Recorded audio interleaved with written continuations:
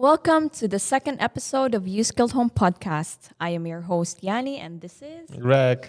So, here in this episode, we will dive deep into the life of our founder. As you can remember, in our first episode, we were talking about the basic information of fitness, how to get started, how to build a healthy habit, and so on. But in this journey, we will focus on Greg's journey from where he started his career in sport to how he became a professional trainer and how he founded YouSkilled Home. So, let's get started. Sit back, relax, and enjoy the show. So, let's get right away. Can you tell us about your childhood? Where did you grow up? And how did you start interested in sports? No, actually, I've been always active kid, and all of these kids with attention disorder who is running around and never able to sit on one place. Yeah. I've been brought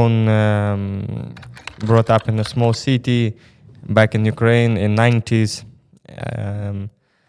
Those time it was difficult situation in the overall post-Soviet Union countries. Yeah. And lots of people became drug addicted those time. So my region, especially my district, especially was full of drug addicted personnel, and it was type of dangerous place at the same time. And once we had some issue with a family.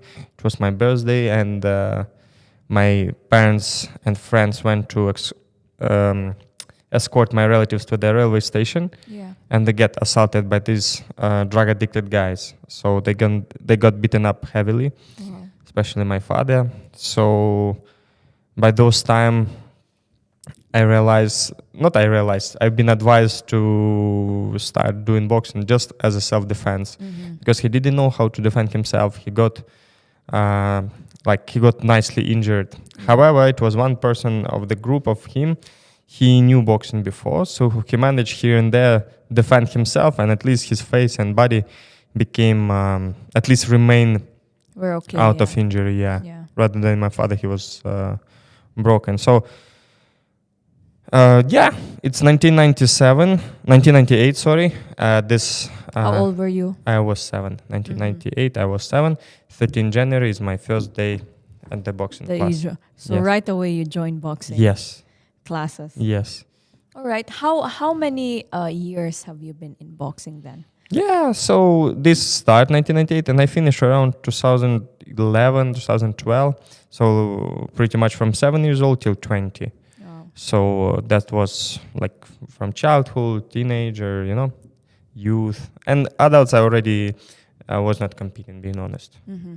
So did you ever got into a situation where you need to defend yourself and used your boxing skills? Not really. I'm always the person who is trying to avoid all of these gatherings and situation. However, I've been many times provoked to do that, but not really. It was a couple of situations, but it's not that I need to use those skills. So my approach is try to avoid, never show, because you might be in worse trouble than... So there was no a situation in your life that you probably even accidentally used your boxing? Okay. Accidentally, no, but it's... Can you share No, I don't want to share that, but it's not like you know what I mean. I think so. It's nice for the audience to hear. No. But out of that, you can explain, what... Like broadly what say, it's been a couple of situations that I've been using and then I was regretting a lot. So it's not something I'm proud myself of. So back in the teenagers, early youth ages. So, yeah. So pretty much you've been training your whole life. And how many competitions did you... No, we start compete from 8 and till all the way till 20. So because I've been in kids team, like cadet, whatever, teenagers, youth. Only, as I say, adults. I was not already much active, but always in the team, in the regional team. Then our local region team. So I've been participating for a while. So before, when you were, a kid, let's say a teenager, what were your favorite hobbies and interests aside from boxing, aside from training itself? Did you have any special talents? Not really, not really. I was reading books, as this I can say. Tried to play football, but leg agility is not as great. I'll be honest. Running fast, not the way. And I like physical preparedness. I think I was physically fit in terms of strengths. So I remember when I was 7, I did 25, I don't know how it's called in English, but when you do pull up, bring the legs over the bar and going down. Pull up, bring the legs over the bar and It's going like down. acrobatic. Yeah, and I use like those type of things. 100 Pushing push-ups, I think I was able to do in my 10s. So I think You were strength-wise, I was always good. Speed-wise, not the best. Like agility-wise, not the best. But this was I think kettlebells also, this type of thing. again, like, what did you study when you were in university already? Yeah, so I first I wanted to start to continue my career in sports, like it was physical university, physical education university, but I didn't like the way they present themselves to me, that I need to be like at those time I was a champion of the country in kickboxing those time, and I said Kickboxing. yeah, I also compete kickboxing, and also less, but I do have experience. But anyway, those time I wanted to enter on hopefully on the government basis. There is payment basis and government basis. So we was not able to afford payment basis. So I wanted to make government basis. So, and they said that it's very complicated. You need to be like much bigger champion rather than just country champion to avail that. I was like, okay. So you wanted to get a scholarship. Scholarship. Oh, that's how it's called. Yeah. Exactly, scholarship. Because like that would be good for my family, especially in those time. No chance to get scholarship from there. So I was applying on university, and I like the word management, business, trade, this, because at those time and nowadays at the same time, that's where the guys make money, and this I was all fascinated by them. So I was applying for management of international affairs. I was applying for marketing. I was applying for management of organization. I was applying for hotel and restaurant management, like everything. And 4 times I failed. I remember because I was one time I failed 2, 3, 4. On the 4th, they sent me like acceptance, but on the payment basis. Yeah. And then I said to the parents, okay, let's pay, then I'll figure out how I can get this money. So we paid for a year. And then after a month, I got information that I moved to the scholarship. Yeah. You got the scholarship. Yeah. Since then, I was studying by scholarship. And I finished university with honor because, I was needing to keep up this scholarship always on the highest level. Oh, how did you manage to be on top of your, sports career? And how did you balance, school and sports training? No, tried. Like, there's only 2 things I have. Like, I didn't work. I was going to university morning and evening I trained. So thanks God, like, for example, those scholarship was enough for me just to eat and pay for my accommodation, for my room. And from 5 p.m. till 8 p.m. I was training. Wow. A lot of hours. And you were, I'm sure, in university, we're always like, going out and party. So you were zero. never like that. Zero. Never did it. Never resonate with that because it leads all like it was misleading me from the road. I exactly know what I need to do. So. Never went to party. Okay, maybe once or twice after, like I was studying 5.5 years, almost 6 years. So once or twice I went. Wow. Okay, so after when you graduated university, what was your first job? How did you land it? No, I've been working in university also, like in the latest courses. So I've been working as since I've been in hotel and restaurant management, I've been waiter. I've been working in the kitchen. I've been in real estate. Like in whatever I can, whenever I can. So when I reach 19, from 19 I start to work onwards. And I finished my master degree. I was already manager in one of the resort. So I was working 2 years there, and then I pursue other challenge, like whatever was in my head those time. So you were trying to figure out like which career would fit you well. Yeah.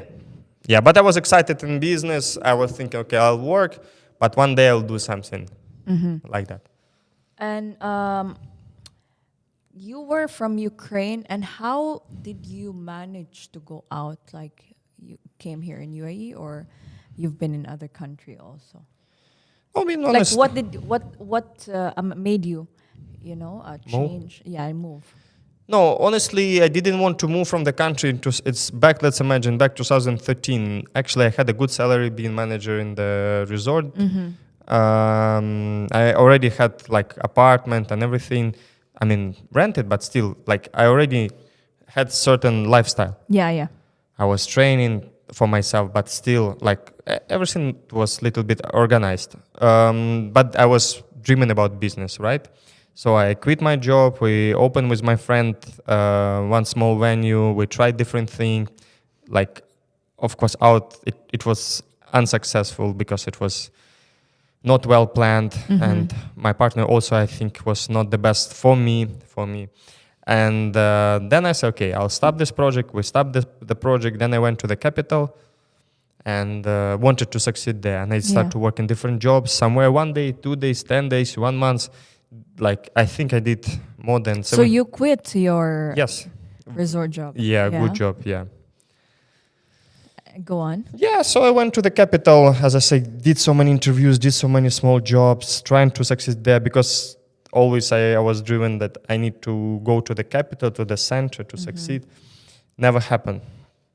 I was completely loser those time. Everything I do, I lose.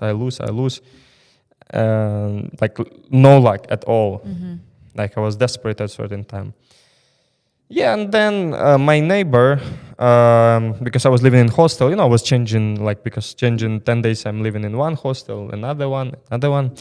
And in one hostel, one of my neighbor still stole everything from me, like all my documents, my money, everything. Thanks God I have separate card when I have some little bit of money, and it was always in my shorts. So when I came home after I went to training as usual. Like went to train, come back, and done. I didn't see pretty much anything. Only a couple of shoes and some pants. That's it. Everything is taken. And I was like, okay, here we go. The story happens with me now, and that's it. And then I went to home. And I realized I don't want to live in this country, like if it happens to me. Because those time I went to police and this, and I understand that I'm very helpless. Like nobody can assist me with that. Yeah. And then when I was restoring my documents, it was 2 diplomas from university. It was my 2 passports, local passport, international passport. It was it was driving license, like lots of, like basically everything what we have in our portfolio. So it took me 4 months to recover everything. 4 months. But did you recover that one, or you applied new documents? New documents. So police would say to me, okay, you know what, Halivali, go. This is the paper for you to start reapplying for new things. They was not much even eager to assist me. Yeah. So, and it took me 4 months to restore everything. I was at home. I was like young, 23. I understand I don't want to live in this country, and I was start to apply outside. So it was this type of the first choice. And anyway, long story short, I got the offer in Qatar. Yeah. And I went to Qatar. 2014, I was in Qatar already. How long were you in Qatar? I was 2 years contract there. From A to Z. So what made you change then from Qatar and in Qatar I was working again in Dubai? I was working again in hotel jobs as administrative, and I never like it because I have so much energy, and again I need to be in my suit and tie and everything. It's like never match me actually. So But the good thing, the place, it's called Aspire Academy. Aspire Zone. There is Aspire Academy. There is Hotel Torch, Aspire as a hospital. So I was going to Aspire Academy to train because I never stopped training, right? I always train. And I was looking up to the coaches. I like how they walk. I like that they always in the sport clothes. I start to ask questions to them. And I really love what they do. And I was like, I would like to be part of that. And then also when I was training, always some group around me was gathering. I was training always with someone or with a group or anything. And then it's happened and they've been even waiting for me. Because I always was throwing some challenges. Let's go. Really. You're so eager, yeah. Yeah. And then I start to ask them how I can get certification and everything. They give me a couple of options. It was UK, it was Spain, like that. Russia, I think so, by those time. So when I came home after contract finish, I realized that what I can do actually. I need to go to somewhere to study. So then that was the moment you decided. I already had very clear plan in my head. That you want to be a fitness coach. Yes, it's 2015. I had very clear plan, and I was just needing to know where I will study. So in the end of the day, I found out that there is courses in UAE, which is Dubai. But it's not course like as a weekly course or something. It's like online, plus I need to attend seminars. Yeah. So, which means I need to work somewhere. So again, I applied to a hotel. Again, I went, but I know from the day one, I'm just working here 1 year contract, and I will finish these certifications, and I will work. So you just have to get the job. So while doing your courses. Yeah. So at least once you finish your course, then you can move on. Exactly. I was needing this certification. Okay. So after working in a hotel, and then you finished your certification, when did you landed your first fitness professional I would say in hotel was my first work also, because even though I was administrative, but I get cross courses with fitness department, spa department, and I already touched my career there, touched my profession. Also, I was training my close friend there in the, how it's called? Where we was living, the camp where we was living. I was training him. Then I was training even a couple of other friends. So I was so practicing. You were, exactly. Experimenting through my colleagues. Exactly. I was trying. I also learned some mistakes during those time like that. That's nice. And how long were you into the fitness professional, being a trainer, and then how long did you come up with the idea that you wanted to do more rather than just being a trainer, and then you founded YouSkilled? How long did it take you from that? No, I don't say that it was like long-term scenario. I always think that for me to be trainer and to be always busy is the best. I never thought like to grow. Even though I've been offered like potential promotions in the gym I was working, never been interested, because I didn't want to sit back in the office with Excel sheets and everything. I want to be around the people, move, give actual help. Yeah, and it's after COVID when we realized that we should grow in some way, right? Either we need to keep increasing our prices, or we need to grow our team. So I'm not fan of increasing prices and rip off the guys. Not my strategy. Yeah. Always, focusing on the long-term strategy. Yeah. So those time I was thinking that we need to extend team. And if we need to extend team, we need to have brand, we need to have idea, identity, and everything. So since then, let's call it from 2020. Yeah, 2020. That I remembered also. And what was your biggest challenge while trying to create the whole foundation of YouSkilled? Maybe biggest challenge is values. I think my values is clearly established, and it's not that complicated. If we work together, if we will put efforts together, that should be successful. So Probably I was not able to communicate and deliver and establish those values solid enough to persuade other members to, to contribute, I would say. So those like I seen always that reality is not matching those values what I was planning. So I would say that this is the biggest challenge. I was not able to contribute properly what is in my head. So you were not able to communicate Exactly. to your, Yeah. let's say, your team, Yes. like what type of values. Even you're not team, able- potential team, even potential partners or potential guys I would like to be around. I was always a little bit unclear, and I know there is so much uncertainty. And Yeah. what the point for them to be with me? That's what I mean. And how did you overcome that then? Like, Honestly, I cannot say that I overcome. It's trials and errors. You know how many mistakes we pass through, how many painful experience we pass through. So I cannot say that it was all of a sudden I found the way. In fact, no. We just keep moving forward. We just learn an experience. We try to keep our students as the main asset and just work around them. So everything else we was trying to figure out on the side. handling a startup company and being like, let's say, new to the entrepreneurial world.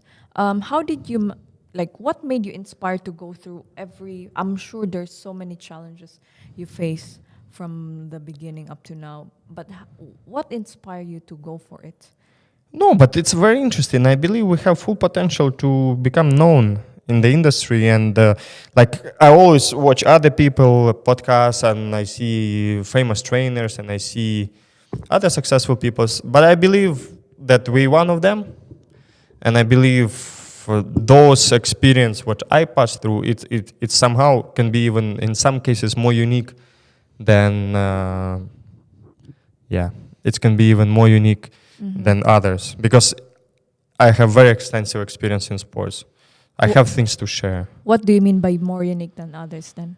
Can you elaborate on that? No, just imagine, started very early and being did in the boxing, in the kickboxing, in the wrestling, we did in kettlebells, we was in physical preparation team, we've been tried many things, tried CrossFit, tried literally this type of I think things. you did wrestling. Yeah. Okay. Yeah, so I name it. And also I always, I'm reflecting on the things, so I have things to share. And I feel like this is my gift, because I tried myself in many things I just cannot do. And you know that, guys, Greg always studies every day, watching different Exactly, because it's exciting. YouTube videos, reading a lot of articles, never ending studying you are doing. Sure. Right? So what other things? Since you are in fitness industry and there's so many competitors out there, so many information about fitness, and I'm sure there's also better trainer, let's say, than you. For sure.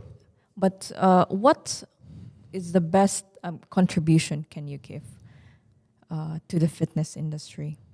What do you think your best contribution? I think my best contribution is through myself. I accumulate different disciplines, right? Yeah. And I can just pick up the best as per my humble opinion. I can pick up the best exercises, motions, protocols from different sports and apply it for the different people. That's what I'm trying to say. I'm not trying to follow exact program methods. By the book. By the book. I'm applying the methods from there. I'm applying methods from here. I'm happy to create on my own. I have already enough experience to create something on my own. So I'm happy to keep experimenting. Did you know that I'm always inspired to watch Greg whenever he's training his students, our members, because whenever he is in that zone, he's just like an artist, painting the workout itself and trying to be on a flow, and just you cannot imagine how how great it is to see such, like Picasso of fitness industry, for example. That's what I always see Greg, because he always does exercises where you cannot predict the program that he will do with you in a day. You can ask all of our clients about that. He will give this program and he would say, okay, I will do next, I'm sure. No, you cannot predict. It's just the whole, different. Exactly, different rhythm, different feelings, somewhere different shades, We will show it to you next time on our vlogs, but it's really interesting whenever you are in training with Greg. Okay, so where do you see you skilled in a span of 5 years? I believe our community will grow. We will acquire more and more cool people around, and it's more about preaching us of a lifestyle. It's more about preaching us that what we are doing, this is game. There is no finish line, and if we do, for example, look what I'm thinking. Yeah. I was exercising, you've been exercising today, right? Yes. You've been doing different motions, right? Yeah. Your goal to enjoy the same type of motions, of similar type of motion in your late ages. So in your late 60s, for example, 70s, right? Yes. So you don't think that, okay, you need to progress, then finish block again, progress, then finish block. It's so boring. It's not what I want to preach. I want to enjoy the moves. I wish I would do everything what I can do now in my late 50s, 60s. And I will try to, save myself till that. Mm-hmm. By practicing, by not overloading, by not underloading, also by, enjoying, but keep different variety, Mm-hmm. By doing all pre-rehabilitation exercise, and this is type of self-awareness, it's part of our lifestyle. If other people understand it, it will be so cool, so health-oriented community. It's really nice to because we have one member and she brought her father here, and father, what age was him again? The father who came here, I was so inspired to see. 6 years old, right? And he was training really well. Okay, yeah. Yes. He was training very well, yeah. Yeah, and he was training very well. With his age 60, he's so athletic and he moves better, the same as the definitely, or even better. And it was so inspiring to see, and I was like, no, I want when I'm 60, I want to be like that. So I think that's what Greg meant. We want our members to, not just our members, but most of the people, despite the age, enjoy the moon, because it's really enjoyable when you're able to do something. That's why you're skilled, the capacity to do something and do it well. Mm-hmm. That's really nice. Looking back in your journey, from your young age, being a boxer up to now, is there anything that you would done differently? Honestly, I don't know. I think I stick to boxing for so long. I would experiment more. Mm-hmm. I would go to gymnastic. I would go to wrestling. I think wrestling, being honest, no offense to boxers, guys. My boxer is myself as a boxer, but I think wrestling is developing body better, more complex. Wrestlers are physically stronger. Yeah. So I would start maybe wrestling early. Because I start late in 19 and I didn't reach anything. It's too late, and your body already. I didn't pick up. I was enjoying, but didn't pick up. But I tried, and I was like, wow, it's such a great body development. Literally whole muscle, whole bunch of muscle works. So yeah, I would try this. I would try gymnastic more. I have tendency to be good in gymnastic. These type of things. Extreme sport, it's not my part, but those things I would try. How about, that's in the sports side. How about in your professional side? Is there anything that you would have done differently? I don't know. When I was young, I never thought to be a trainer, not at all. Mm-hmm. As I've been always focusing on myself, I thought to share, it's something which I really appreciate, and I didn't want to give it to anyone until I reached certain age, already after 25. But those time I just did. I thought it's not for me. Just wanted those time to be, businessman, and it's all what I want. But you turn out this. No, and life is keep turning, like keep moving you around, and in the end, you like that's how it's come up to. Yeah, this is your destiny.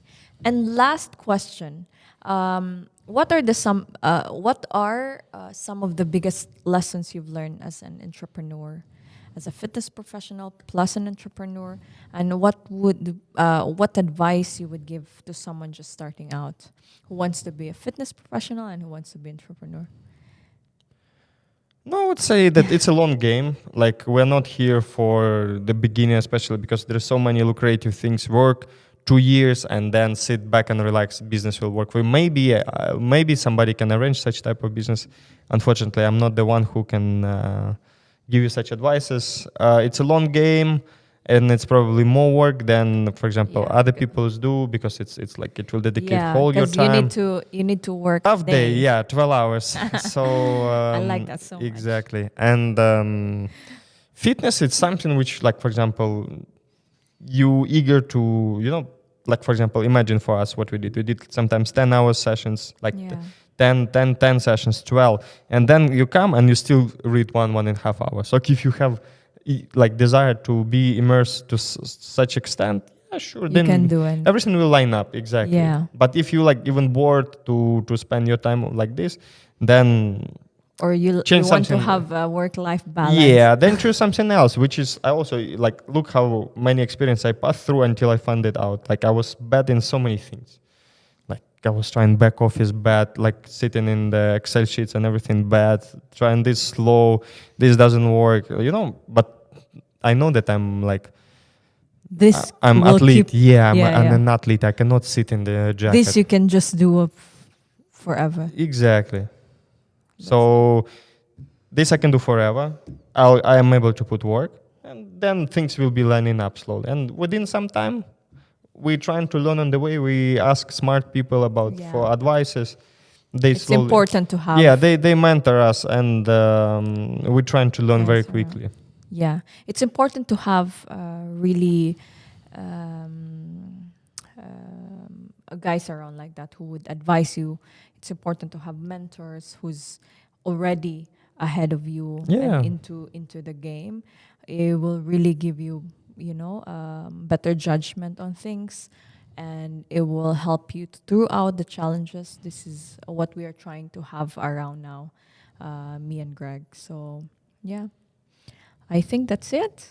Do you have anything else to share? No, it was cool, slow, like small part of our life. Yeah. Talked backwards, how I start. I mean, There's still so much we can detailed say information about how we founded YouSkilled, but we will do that on another episode. Yeah, another episode. This was just an idea, like how, at the beginning, you're trying to find yourself, you're trying to match in different groups. It doesn't work for you. The main things that I'm happy and proud of myself, I was not sticking to the group which was not matching to me.